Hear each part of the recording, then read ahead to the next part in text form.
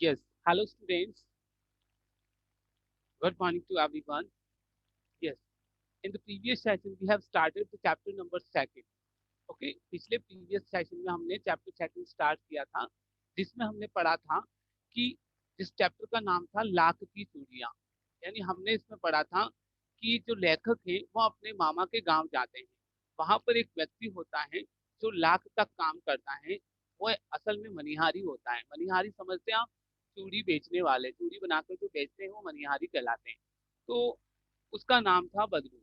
तो अक्सर वो ही उन्हें ज्यादा पसंद आता था। क्यों? क्योंकि वह सुंदर सुंदर लाख की चूड़ियां बनाकर उन्हें देता था। ठीक है, इस तरह। तो हमने उसमें पढ़ा था कि वो वैसे उनके गांव का था तो उन्हें मामा कहना चाहिए था, बट वो उन्हें मामा न कहकर क्या कहता था? चाचा कहता था। क्योंकि सारे गांव के जो बच्चे थे वो क्या कहते थे? काका चाचा कहते थे, है ना? क्या कहते थे? मैंने काका कहता था। ठीक है। फिर उन्होंने बताया था कि किस प्रकार वह उन लाख को पिघलाकर वह चूड़ी बनाता है ना? बेलन नुमा मुंगेरी पर रखी होती है और उसको एक सजाकर रखता है ना? अब हम आगे पढ़ेंगे। स्टार्ट करते हैं। यस।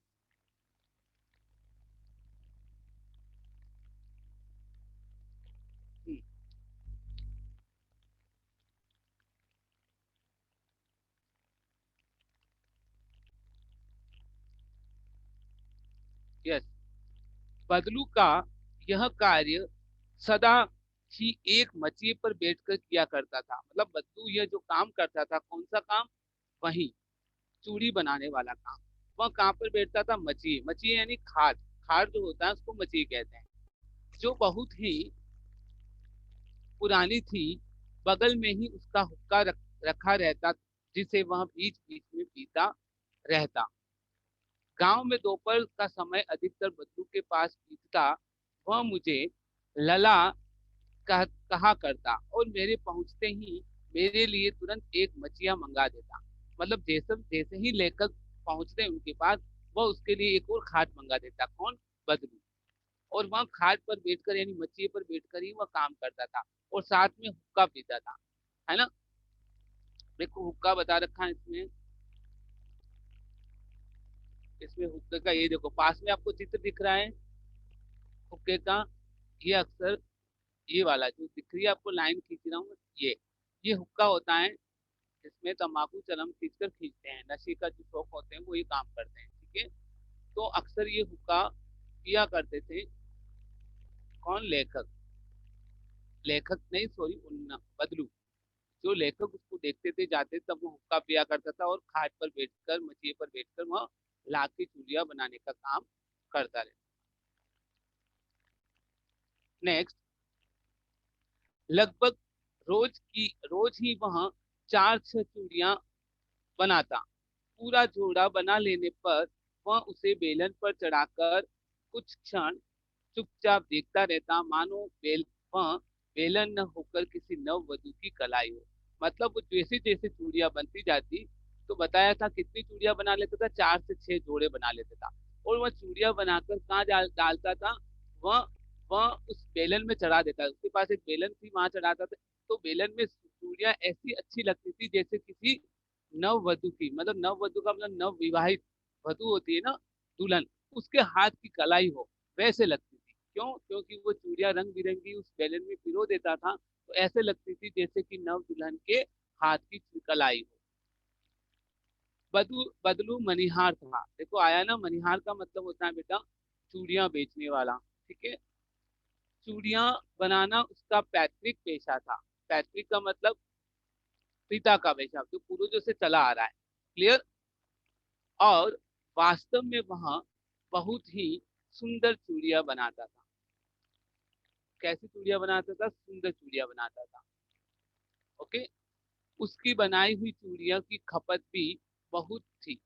खपत का मतलब होता है बिक्री। क्या होता है? बिक्री।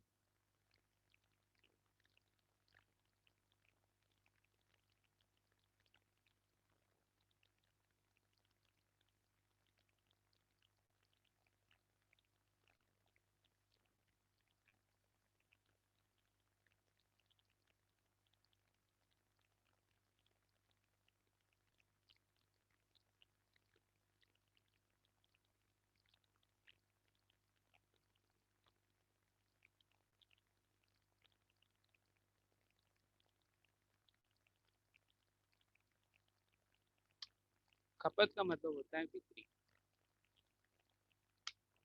ठीक है।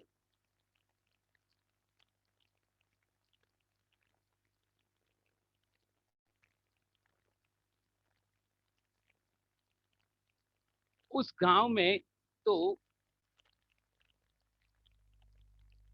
उस गांव में तो सभी स्त्रियां उसकी बनाई हुई चूड़ियां पहनती थी। आसपास के गांव के लोग भी उससे चूड़ियां ले जाते थे, यानी उस गांव के तो लेडीज लेती ही थी, लेकिन आसपास के जो गांव थे वहां की स्त्रियां भी क्या करती थी, वहां से चूड़ियां ले जाती थी, क्योंकि उस समय वो फेमस था लाख की चूड़ियां बनाने के लिए। परंतु वहां कभी भी चूड़ियां चूड़ियों को पैसे से बेचना न था। मतलब चूड़ियों के बदले वो पैसे नहीं लेता था। उस समय क्या करता था, पुराने जमाने में देखो क्या बेटा, पहले पैसे नहीं थे, तो लोग क्या करते थे, वस्तु विनिमय करते थे। वस्तु विनिमय समझते हो, एक वस्तु के बदले दूसरी वस्तु देना, मतलब पैसे चलन में नहीं थे, वस्तु चलती थी, है ना। तो वहां क्या था उसका, अभी तक वस्तु विनिमय का तरीका था। वस्तु विनिमय का मतलब होता है एक वस्तु के बदले दूसरी वस्तु देना। जैसे पुराने जमाने में कहते थे कि कोई चीज बेचने आता, जैसे नमक है, शक्कर, कुछ भी चीज बेचने आता, तो उसके बदले क्या होते, या तो गेहूं दे देते, अनाज, या आटा दे देते। ऐसी कोई घर की चीजें जो अनाज होती है, या मतलब एक वस्तु के बदले दूसरी वस्तु को देना, ये कहलाता है वस्तु विनिमय। ठीक है। और लोग अनाज के बदले उससे चूड़ियां ले जाते, है ना। यानी वो चूड़ियां बेचता तो बदले में क्या देते थे लोग, अनाज देते थे। बदलू स्वभाव से बहुत सीधा था। मैंने कभी भी उसे किसी से झगड़ते नहीं देखा। मतलब लेखक ने कभी उसको झगड़ा करते हुए नहीं देखा। हाँ, शादी विवाह के अवसरों पर वह अवश्य जिद पकड़ जाता था। जीवन भर चाहे कोई उससे मुफ्त चूड़ियां ले जाए, परंतु वह विवाह के अवसर पर वह सारी कसर निकाल देता था। यानी चाहे कितनी बार लोग उधार ले जाए, लेकिन विवाह जब अवसर होता, शादी का जब अवसर होता, तो वह अकड़ जाता, यानी वह उसकी सारी कसर निकाल देता। मतलब वो जरूर बेचता, और ऊंचे दामों पर, या कह सकते सही वाजिब दामों पर बेचता, चाहे कोई ले जाए या न ले जाए। क्लियर।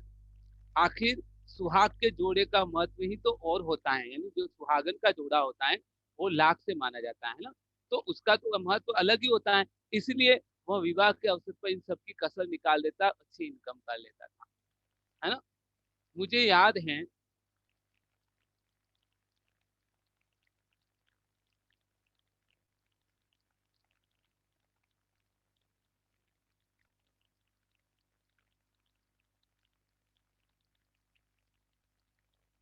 मुझे याद है मेरे मामा के यहाँ लड़की के विवाह पर जरा सी किसी बात पर बिगड़ गया था, और फिर उसको मनाने में लोहे लग गए, यानी बहुत परेशानी आई, बहुत मुश्किल हुई।